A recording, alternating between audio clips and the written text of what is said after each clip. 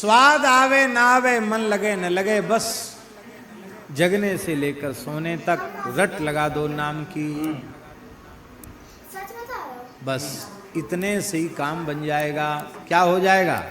अब ध्यान दें, जैसे ही नाम का स्वाद आने लग जाएगा कि नाम अखंड हो जाएगा।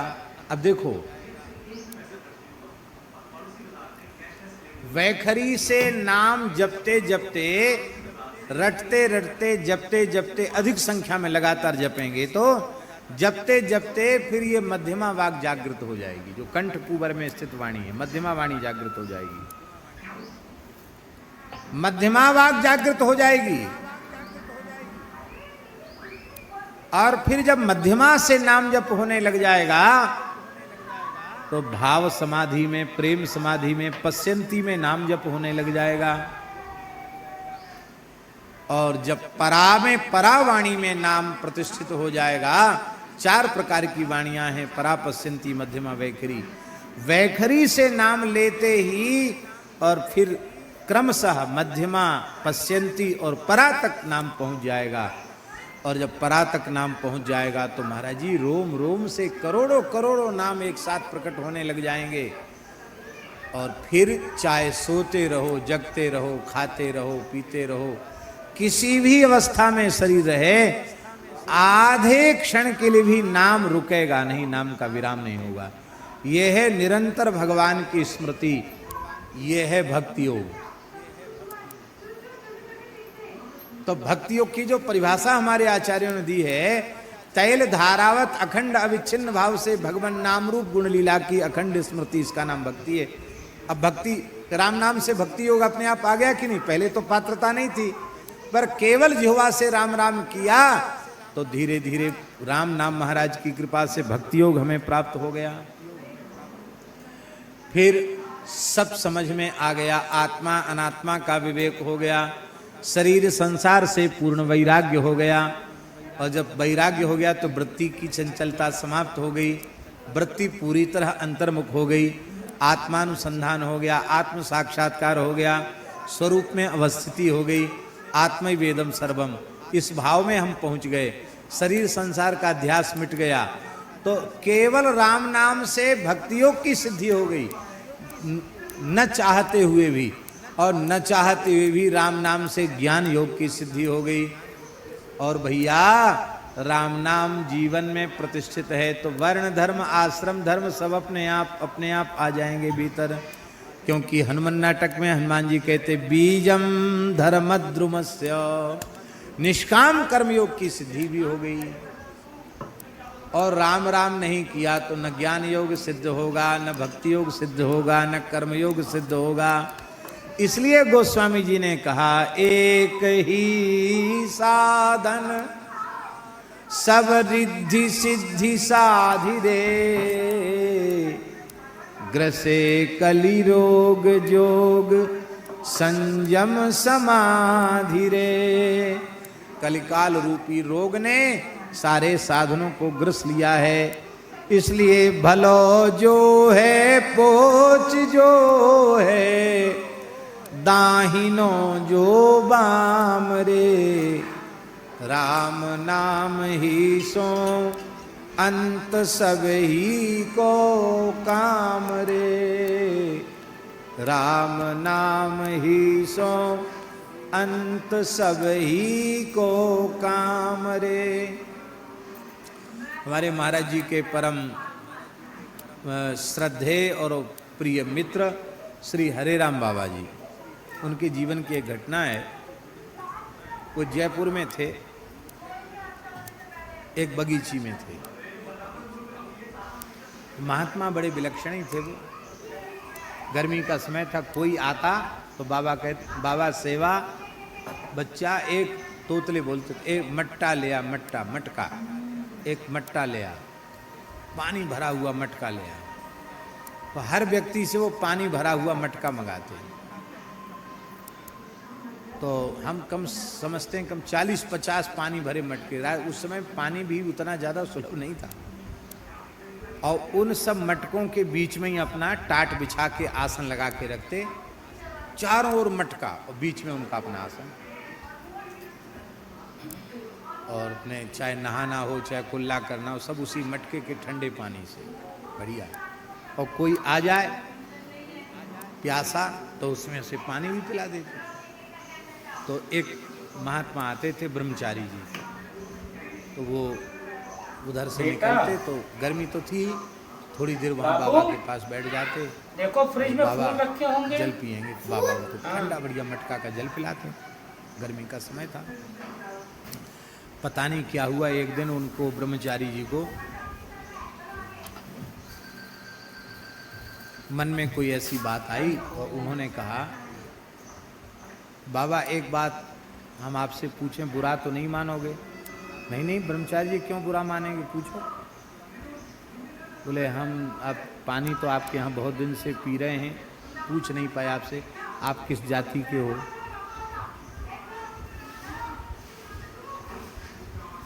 तो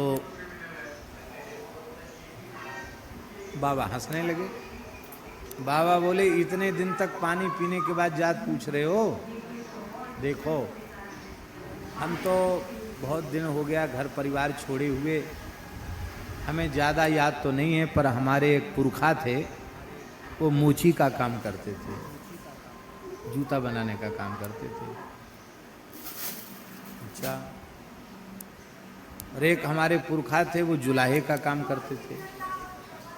अब वो बेचारे भोले थे ब्रह्मचारी जी, तो कबीर जी का स्मरण करके तो जुलाहा बता दिया, और रैदास जी का स्मरण करके चर्मकार बता दिया। ऐसी दो चार जाति गिना दी।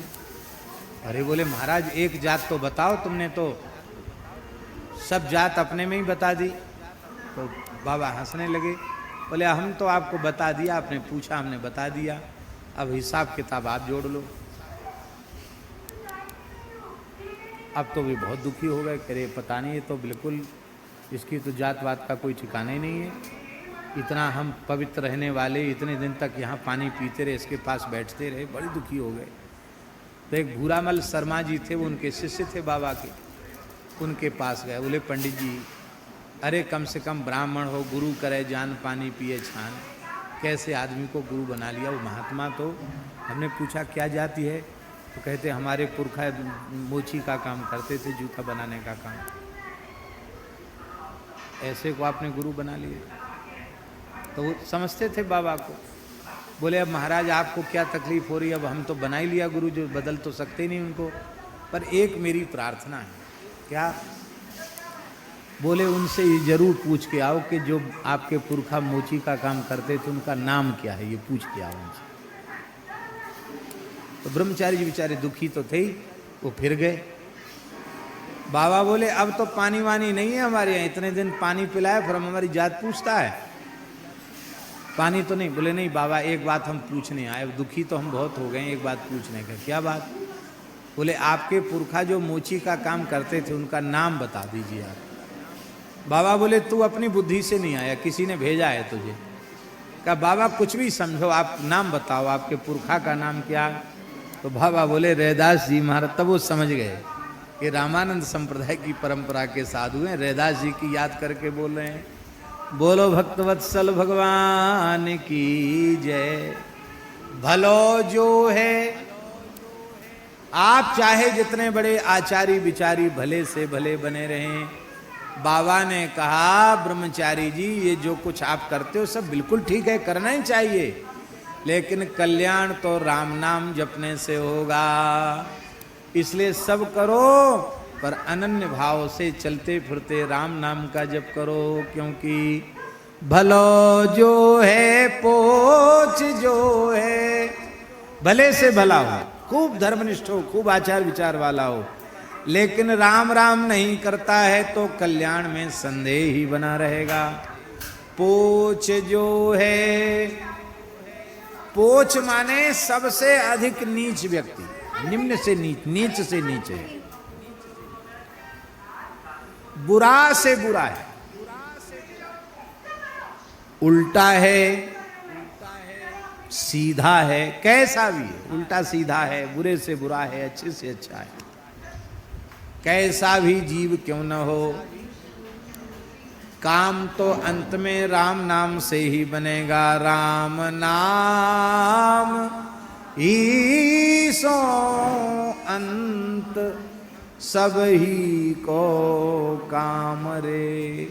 अंत में सबका काम राम नाम से ही बनने वाला है। अरे भाई अंत में कब बनेगा? जब आज से अभी से लेना आरंभ कर दोगे तो अंत में भी राम नाम की स्मृति आएगी, नहीं तो नहीं आएगी। एक अघोरी था, अघोरी जानते हैं ना, मसान सिद्ध करने वाले, एक अघोरी था। ओ तमाम मनुष्य की खोपड़ियां लिए हुए, इधर लटकाए उधर लटकाए, हड्डियों की माला पहने, काला कपड़ा पहने, मसान जगाया हुआ कोई मसानी, सिद्ध मसानी आया और गोस्वामी तुलसीदास जी महाराज 80 घाट वाराणसी में जहाँ विराजते थे वहाँ बैठे थे। वहाँ से वो अघोरी निकला। इस तरह के सिद्ध बहुत हैं बनारस में। निकला, खप्पर हाथ में लिए था, बार बार आलक आलक आलक आलक ऐसे बोल रहा। गोस्वामी जी आंख बंद करके बड़े प्रेम से श्री सीताराम श्री सीताराम श्री सीताराम जप रहे थे। जब उन्हें विक्षेप हुआ तो उन्होंने नेत्र खोले, वो अलग अलग चिल्लाता हुआ दिखाई पड़ा। गोस्वामी जी का हृदय करुणा से भराया और श्री गोस्वामी जी ने कहा, बड़ा प्यारा दोहा है गोस्वामी जी का, हम लख हम ही हमार लख, हम लख हम ही हमार लख, हम हमार के बीच तुलसी अलख ही कालख है, राम नाम जप नीच। तुलसी अलख ही कालख है, राम नाम जप नीच। महाराज जी एक नाम जापक संत की वाणी श्रवण करते ही उस तामसी अघोरी के जीवन में इतना बड़ा परिवर्तन आया। सारे महाराज कपड़ा लत्ता हड्डी फड्डी सब उठा के गंगा जी में पटक दी और राम नाम जपते जपते सिद्ध हो गया। तो भलो जो है पूछ जो है, दाहिनो जो बाम रे। एक अघोरी था, बड़ा सिद्ध था महाराज। उसने कब्जा कर रखा था एक बगीचे पर। एक सेठ का बगीचा था, आम का बगीचा। गाजीपुर क्षेत्र की बात है, कहीं बनारस के आसपास। बहुत सिद्ध था, तमाम चमत्कार उस अघोरी में थे।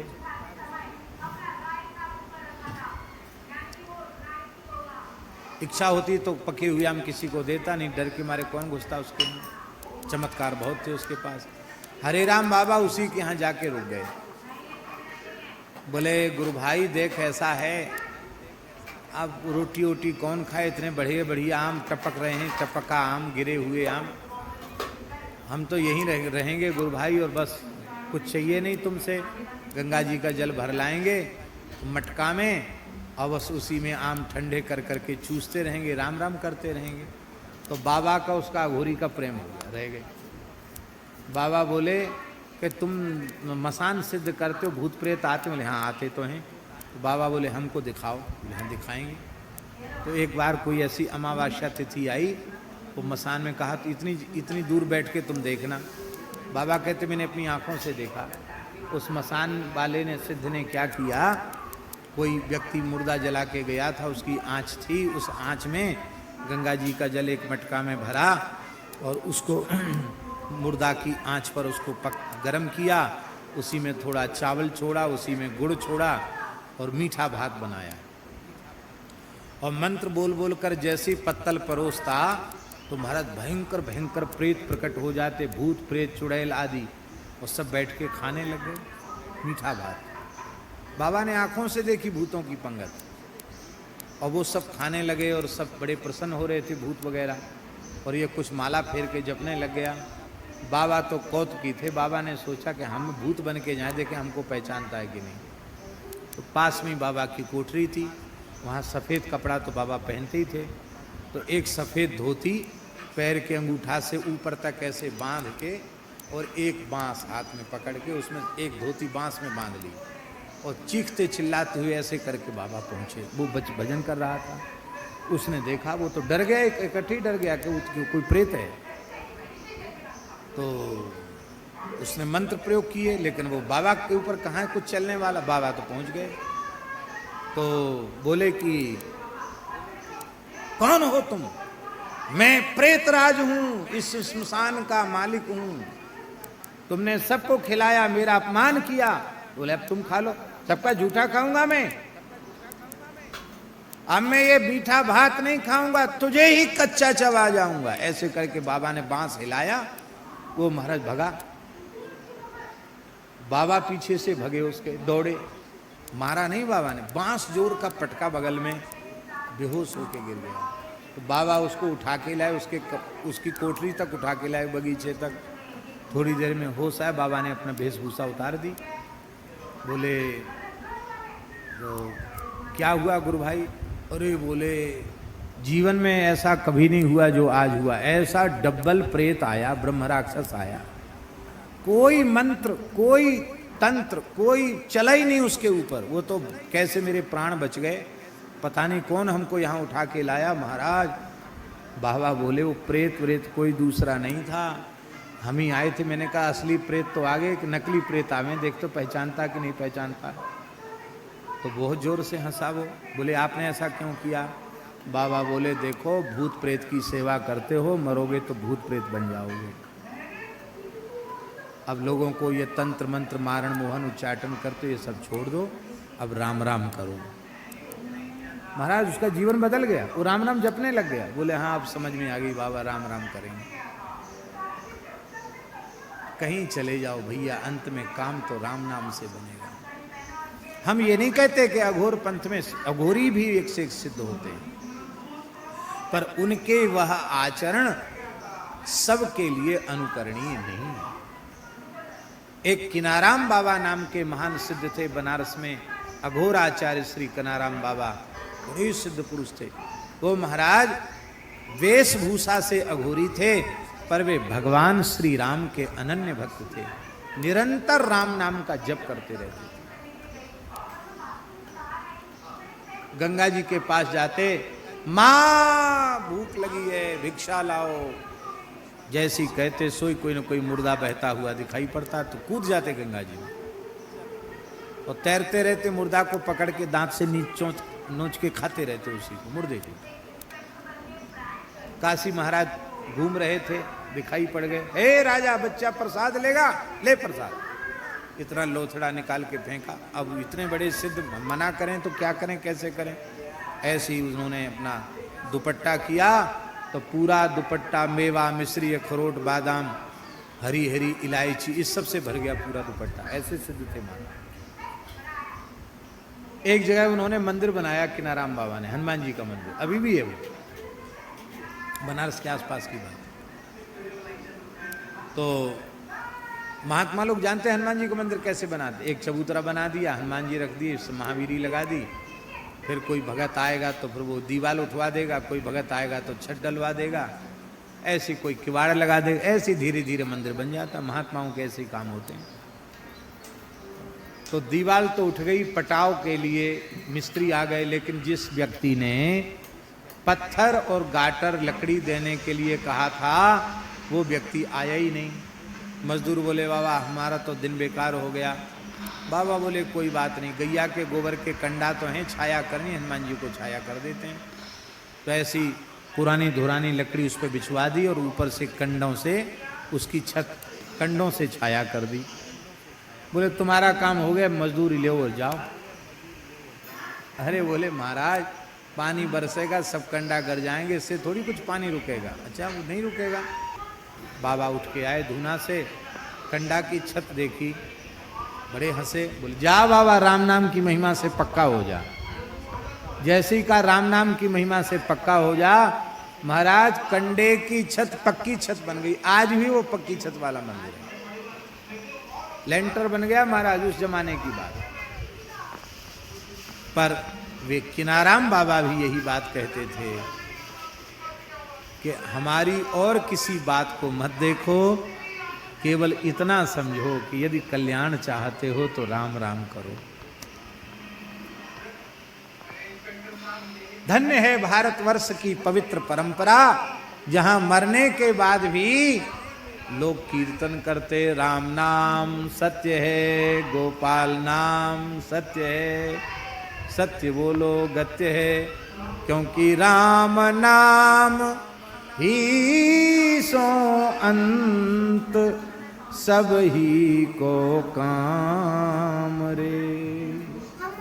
अंत में काम तो राम नाम ही आएगा। जग नभ बाटिका रही है फल फूली रे।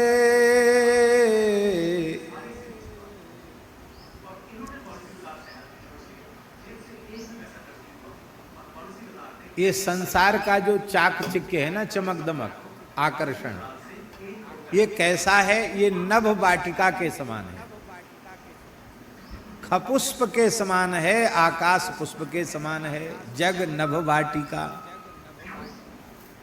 आकाश में बगीचा लगा सकते हो आप?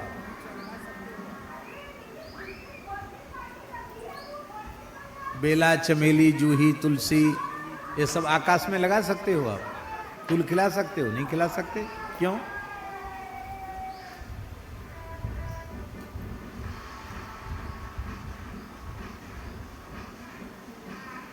गोस्वामी जी ने उदाहरण दिया है, राम भजन बिन मिटहि की कामा, थल विहीन तरु कबहू की जामा। जब तक थल नहीं होगा, स्थल नहीं होगा, भूमि नहीं होगी, मिट्टी नहीं होगी, तो आप बगीचा कैसे लगाएंगे? बगीचा बिना मिट्टी के नहीं लग सकता। जैसे आकाश का बगीचा केवल कोरी कल्पना मात्र है, ऐसे ही जगत का यह चाकचिक्य कोरी कल्पना मात्र है, कुछ नहीं है। ये कैसा है जो फलता फूलता संसार? ये कैसा है? धुआं कैसे धोर हर देखी तू ना भूल रे। गीला और इधर उधर का कचरा वचड़ा सब इकट्ठा करके और आग लगाई जाती है। देखा होगा आपने, दीपावली में पहले लोग गांव में सब सफाई करते थे तो एक जगह कचरा का ढेर करके फिर उसमें आग लगा देते। तो जब आग लगाई जाए तो धुआं के गुब्बारे ऊपर आकाश में उठते हैं तो उसमें आकृति जैसी बन जाती है धुआं की। बीच का धुआं खाली हो गया, इधर उधर का हो गया तो दीवार बन गई, ऐसे धुआं चला गया तो वो शिखर बन गया। तो उसमें आप देखेंगे तो महल मकान भी दिखाई पड़ेंगे, कई बार उसमें कोई पुरुष की आकृति भी दिखाई पड़ जाएगी। ज़्यादा कचरा जहाँ जल रहा, धुआं के गुब्बारे ऊपर उठ रहे हैं। तो धुआं के महल, उनका अस्तित्व क्या है? धुआं के भवन और धुआं से ही निर्मित स्त्री पुरुषों की आकृति, वे क्या वास्तविक में सत्य हैं? वे सत्य नहीं हैं, केवल प्रतीति वैसी हो रही है। ऐसे ही संसार है। धुआं कैसे धोर हर देखी तू ना भूल रे। अंतिम बात गोस्वामी जी कह रहे हैं, राम नाम छाड़ी जो भरोसो करे और रे। तुलसी परोसो त्यागी मांगे कूर कौर रे। तुलसी परोसो त्यागी मांगे कूर कौर रे। श्री राम नाम को छोड़कर दूसरे का आश्रय लेता है, दूसरे का भरोसा करता है, वह ऐसा मूर्ख है जैसे किसी व्यक्ति के सामने बड़ी जोर की भूख लगी है और उसके सामने किसी ने बहुत प्रेम से, बड़े भाव से, आदर से बढ़िया सुंदर स्वर्ण में सिंहासन बिछा दिया, सोने की चौकी रख दी और इतने बड़ा थाल रख दिया, तरह तरह के कटोरों में भक्ष्य भुज जिल्लही चुस्त विविध प्रकार के व्यंजन परोस दिए और बड़ी विनम्रता से हाथ जोड़कर कहा, महाराज इसको जीमो, खूब पाओ। और बड़े प्रेम से और अधिक तृप्त होकर जिमाने के लिए तैयार खड़ा है। भूख तो आपको लगी थी, लेकिन आप बिना किसी कारण के परोसा हुआ स्वर्ण में 56 भोग 36 व्यंजन का थाल छोड़कर चले गए। कहाँ चले गए? तुलसी परोसो त्यागी, सामने परोसा हुआ छोड़ करके मांगे कूर कौर रे। कौर माने ग्रास। एक एक टुकड़े के लिए कुत्ते के जैसे पूंछ हिला करके, पेट दिखा करके एक एक टुकड़ा मांग रहे हो। इसका मतलब है राम नाम का स्वाद लेना, ये तो परोसी हुई थाली का भोजन करना है। और राम नाम को छोड़कर अन्य अन्य साधन का आश्रय लेना, ये कुत्ते के समान टुकड़े खा खा करके, डंडा खा खा के टुकड़ा खाना और उनसे पेट भरने की कोशिश करने के जैसा है। गोस्वामी जी ने कहा है, राम नाम की महिमा मेरे जीवन से देख लो। चाटत रहो, इसी विनय पत्रिका में, स्वान पातर ज्यों कबहु न पेट भरो, सोहों चाखत नाम सुधारस, पेखत पर सुधरो, भरोसो जाहि दूसरो सो करो, मोह को तो राम को नाम काम तरु, कलि कल्याण फरो, भरोसो जाहि दूसरो सो करो। गोस्वामी जी ने कहा, जब हम राम नाम से विमुख थे तो हमारी दशा ये थी कि चाटत रहो स्वान पातर ज्यों।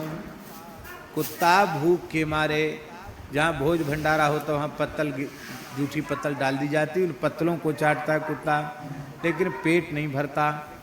गोस्वामी जी के कहने का आशय ऐसा भी, बचपन में जब हम अनाथ अवस्था में भटक रहे थे, हमारा कभी पेट नहीं भरा। एक जगह तो गोस्वामी जी ने लिखा है, मानत हूँ 4 फल 4 ही चणक को।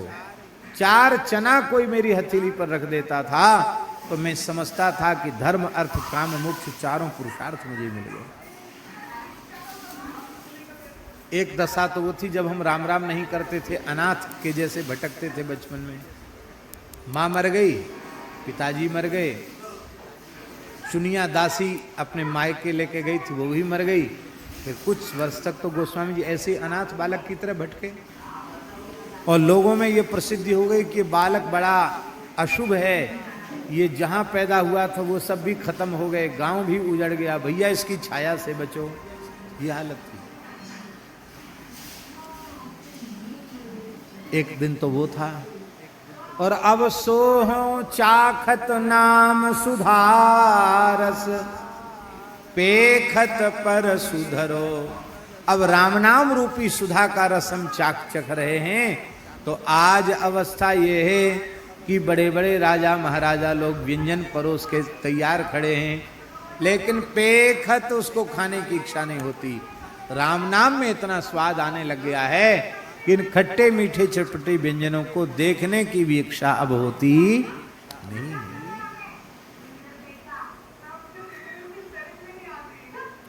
इसलिए भैया अनन्य भाव से श्री राम नाम का आश्रय लो।